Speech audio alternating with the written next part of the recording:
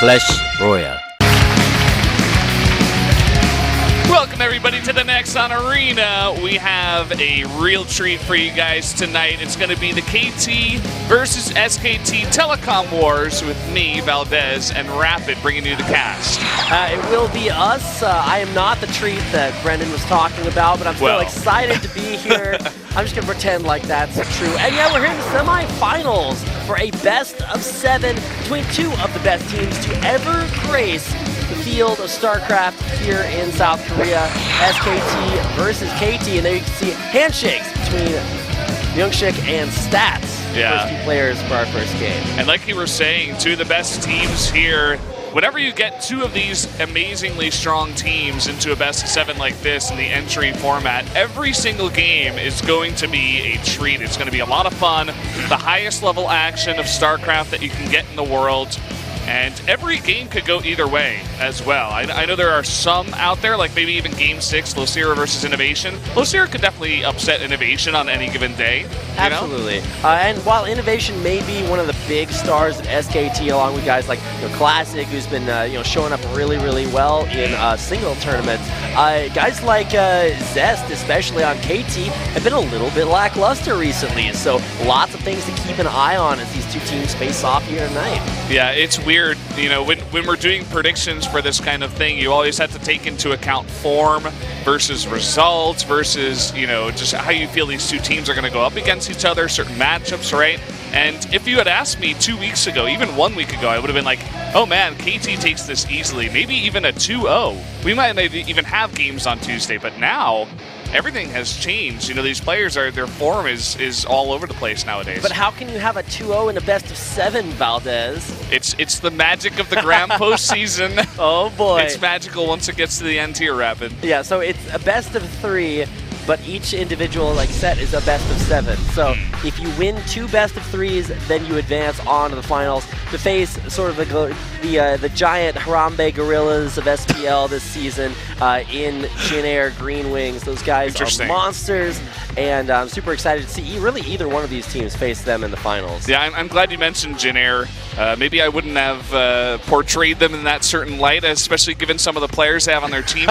But they're sitting back, they're watching all these games, they're studying everything with the coaches, they're taking notes on the different maps, and they're just waiting, waiting for that grand final of the Pro League here. And both of these teams are going to have to duke it out. You guys can see what happened over rounds 1, 2, and 3 of the 2016 season. Games going pretty much back and forth. Looks like KT did a little bit better towards round 3, as SKT had one of their weakest rounds yet.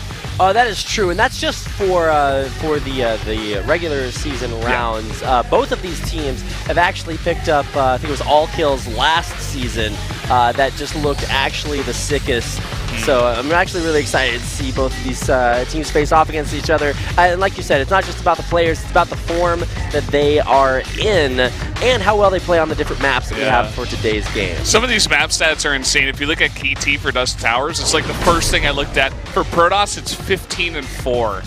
And how many of those games, it's all Zest and Stats, Right. It's all them just winning over and over and over and over again on that map. And funnily enough, tonight, they send out TY on Dust Towers. Yeah, so I don't know if that necessarily makes statistical sense, but like you said, you have to go based on the form that your players are playing in, and maybe they have builds planned out, but we were talking about form, and that's what these arrows are supposed to generally indicate. It's kind of the streak that these players are on. Zest, downward streak. Even guys like Lenok, who's been generally a solid downward streak, but TY has actually been crushing it. Looked really, really good in GSL as well as in I think I watched him play in an online tournament last week as well. But either way, KT looking great, but Zest kind of a wild card for me. Yeah, is Zest going to show up tonight? He has to go up on against Dark on Frost. Yeah. So if you're going up against, right now, the best player on SKT is Dark, just across the board. I think Classic is getting back to his form. Right. Just in the last couple of times we've seen him, he's been really, really on point. So, he's kind of challenging Dark for that #1 spot on SKT. But either way, maybe I think the reason that KT Rosa sends out TY here on Dust Towers instead of Zest or Stats is because they want to try to snipe a Protoss player. Maybe TY is going to have something prepared there. And maybe they wanted to face someone a little bit weaker on Frost that wasn't Dark. That is very true. And if you guys would like to snipe a Protoss player, you can come down to the studio and get their signed player cards and then snipe away at those because they are so sick. But you do have to come down to the studio to do that. So if you guys are ever in the Gangnam area of Seoul, South Korea, let us know and come down to the studio for some sick StarCraft action. You can just walk in. It's totally free. We get asked a bunch of times, what do we have to do? Is it free? What do we, how do we get there? Looking up a line, the directions are there, right? And you can just walk on in. Not only is it free, but you get free food as well. They have popcorn and drinks upstairs. It is so sick. Actually, a great spectator experience here at the Nexon Arena. So let's talk about our first matchup, Stats versus Myungshik. Now, you can see their regular season win ratios may not fully indicate exactly what has happened because Stats obviously gets fielded way more than Myungshik does. Yeah, I mean, when you got an all-star lineup, it's hard for Myungshik to poke his head out there. Right. But he gets to shine when he plays in the individual leagues. In the GSL now, he's gotten out of his group in first place in the round of 32 and the round of 16 with flying colors. Lots of PvPs played, and there's a reason why 3 of us actually vote for him here against a guy who is 7-1 in PvP. I didn't get to give my predictions. I'm just going to go with GTR because he always kind of picks things that he thinks will get in the edge above other people. But I actually got a chance to talk to him about some of his logic a few times. It's like, well, we got to figure out who's going to win. If you guys know, then let's find out. In game number 1, Myungshik versus Stats.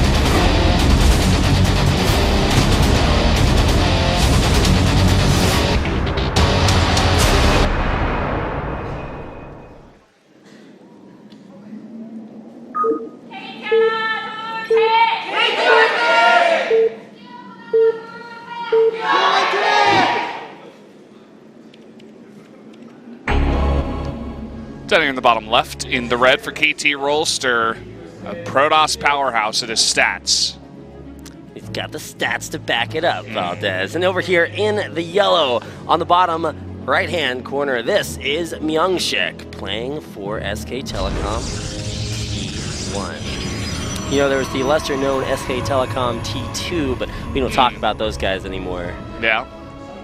Didn't that actually exist for a small amount of time in League of Legends? No, Did they have like a second team or something? No, it was still SKT T1, and they had different letters after. It was K and S. But the T1 is to differentiate their esports team from their sports teams. So it's different teams out there. And in case you guys aren't aware, here in Korea, SK Telecom has sports teams, like traditional sports teams, as well as the sickest nerds in front of a keyboard. So this is going to be New Gettysburg, and we're already seeing a early scout sent out there by Stats. See what he can see down here. Might be trying to, I don't know if he's blocking the early Nexus or just trying to get this early scout, but this is certainly Myungshik doing that Bronze League thing where you conserve that one probe's amount of mining time and don't scout early.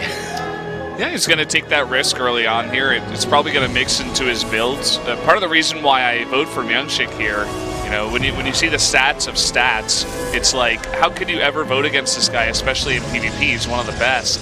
And it's because I think Myungshik will prepare better for the best of one. He came into that GSL group and he had different builds prepared for the one PvP matchup that he had to play. Right. And he had, 3 different builds prepared. I think he won 2-0, or no, maybe it was a 2-1 against Deer. But either way, it was like, he just crushed, man. He looked so good, so prepared. Yep. Even just the little things he was doing and his understanding of the matchup right now. As you were saying, we don't really get to see this guy because he doesn't come out that often in Pro League. He's played 3 games. He's lost them all.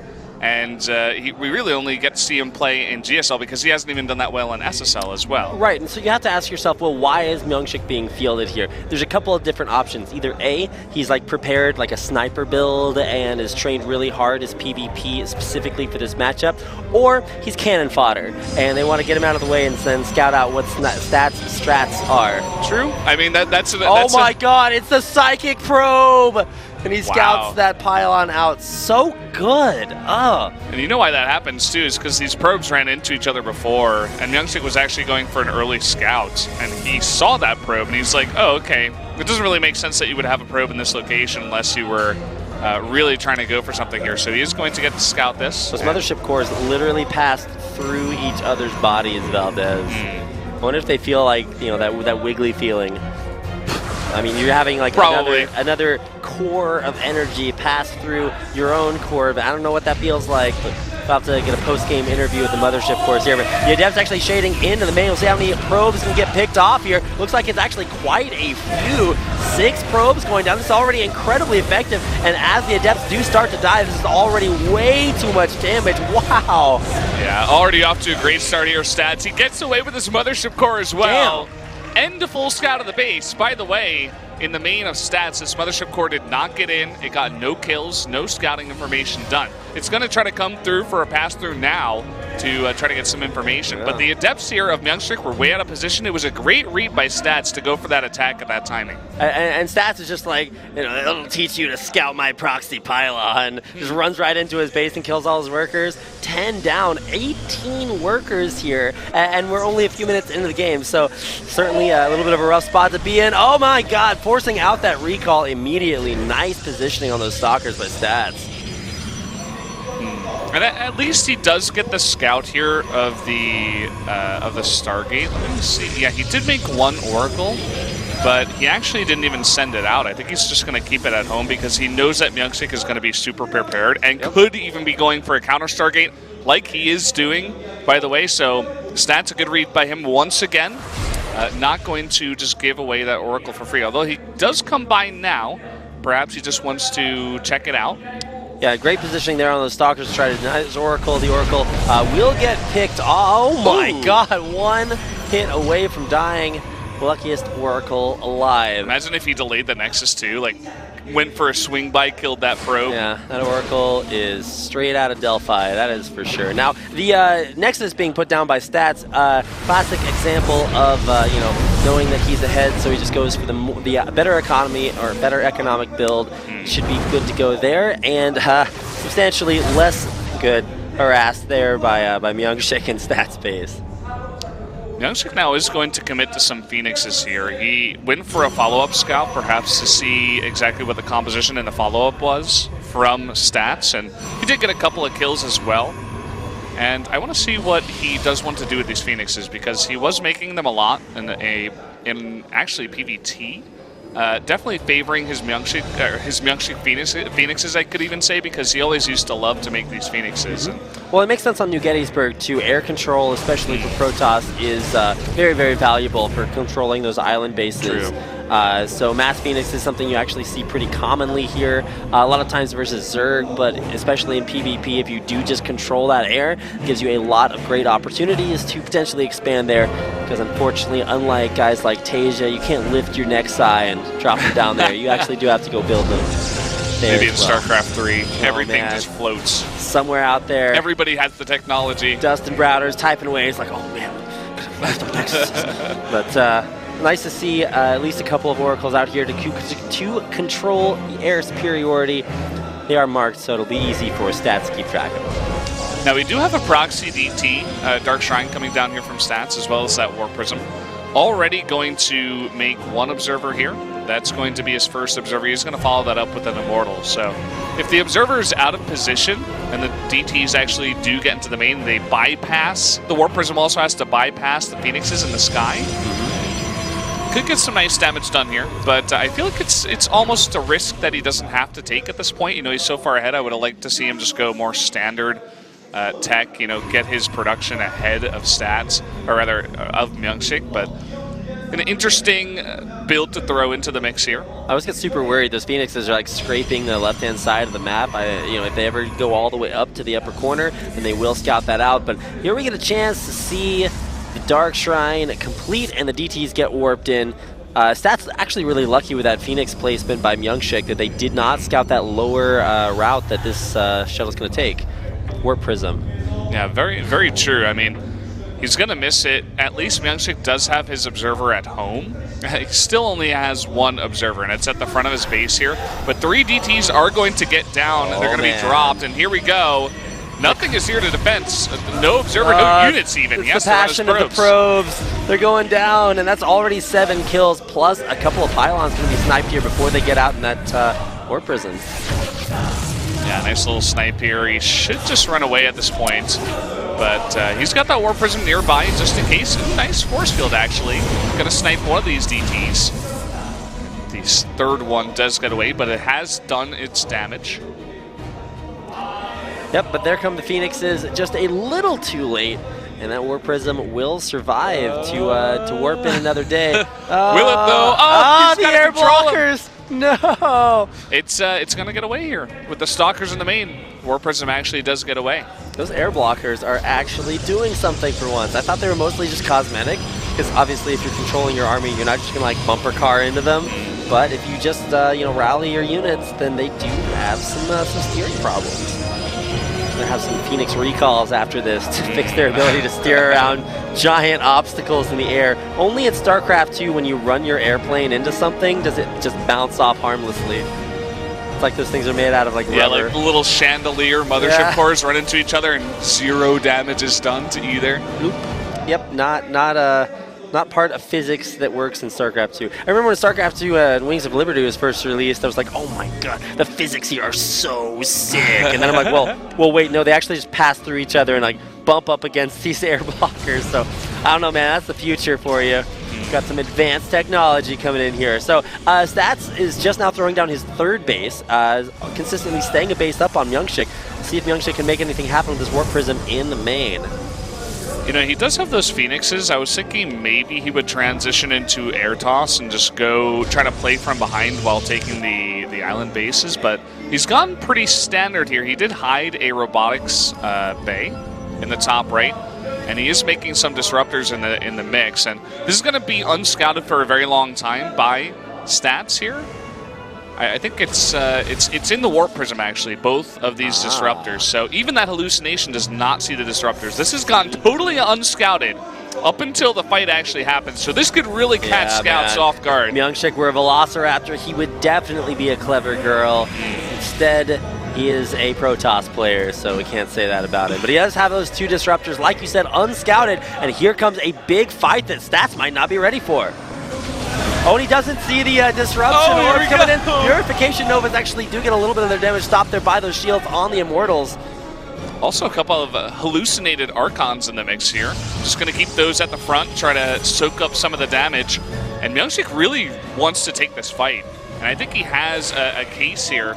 Let's see, he needs to make sure he's good on the control. Disruptor's actually going to lose one of them. Both Disruptors up at the front, he's going to save one of them with a shuttle. Nice concave coming in there by Stats, and a lot of Immortals there in the back. A lot of them are actually getting updated. Here come the Purification Numbers. He's going to catch one of the Immortals, and a nice flame coming in from the back, but there might just not be enough here for Stats. It doesn't look like it with another Warp in, and the Disruptor hits. It looks like it's going to be enough here for Stats, or for Myungshik rather. The flips on all the Immortals during the entirety of that fight as well were really, really fantastic. And now look at the Adept count in this army. He's going to be pushing forward. He may even be able to shut down all of the mining here at this base. God, Myungshik, how many wins in Pro League do you have? And the answer is almost 1, because he is he's playing incredibly, much like Laughing Plastic. Myungshik is fantastic, and he is actually able to come in here and really starting to crush down on Stats' second. It's going to be enough. I mean, he gets another huge shot, another lift onto the Immortal, and Myungshik is going to win the game here. It's going to be game number 1 going to SK Telecom on the backs of a fantastic win from behind from Myungshik. Oh my god, yeah, just lifts nothing. You can do GG. Stats getting taken out with a big smile on Myungshik's face finally at the final hour of his time here in Pro League this season, coming out with a win. You gotta hand it to him, man. This guy is just beginning to understand this matchup at a totally different level. It reminds me a lot of SOS, where he comes in every day and he's like, no, you think I'm behind this? Fine. I'm just going to do something that my opponent is not going to expect. He is so tricky, but he is so smart and meticulous about every fine detail. That's what it really comes down to. Hiding the robotics bay and keeping the disruptors in the Warp Prism the entire time to make sure they were hidden up until the fight happens. Someone else, the disruptor's on the ground, he sees it with a hallucination and he prepares. He splits, you know, he doesn't make as many adepts, you know, something like that. But Stats, he was just totally caught off guard by that. Myungshik was totally caught off guard by that Adept Mother Core harass early on, so he did lose a lot of probes early, and I actually thought that might have just sort of set him just enough off tilt that maybe he's unable to execute strats like that, but no, he goes for it. You can tell he had that planned out ahead of time, executes it perfectly, and those disruptors just very little micro from Stats there towards the end. Some big hits really helping Myungshik take that game. Yeah, the other, unsung hero, I guess we could say, are the Phoenixes in that fight. He made 3, and that was it. He didn't overcommit. Sometimes you see 5 if you want to overcommit to the harass, but he wasn't even going for harass. Mainly it was just to shut down the Warp Prism, which he did fail once, but mainly in the last fight, it was to lift the 3 Immortals. Funnily, it works out perfectly where he's got 3 Phoenixes for the 3 Immortals. Right. I'm not sure if he knows, okay, at this timing, at 12 minutes into the game, Stats is going to have exactly 3 Immortals. I need to have my 3 Phoenixes for that fight. But that took away so much DPS and so much tankiness from that army of Stats as well. Yeah, and that is going to do it for our first game. Up next, we get a chance to see Lena come out for KT. And, Lenok back in his time, even way back on FOU or even some of the international teams that he joined, he's always sort of been that the guy who's either super solid and then he even gets elevated to incredibly scary status, but then, sort of faded back down into mediocrity. And now it's well, which Lenok's coming out tonight? Yeah, that he's another one of these guys that for KT, we always talked about their lineup of 4 for Pro League was always TY, Stats, Zest, and question mark. Right. A lot of the time it was Lenok, a lot of the time it was Losira, sometimes it was Trust. 3 times it was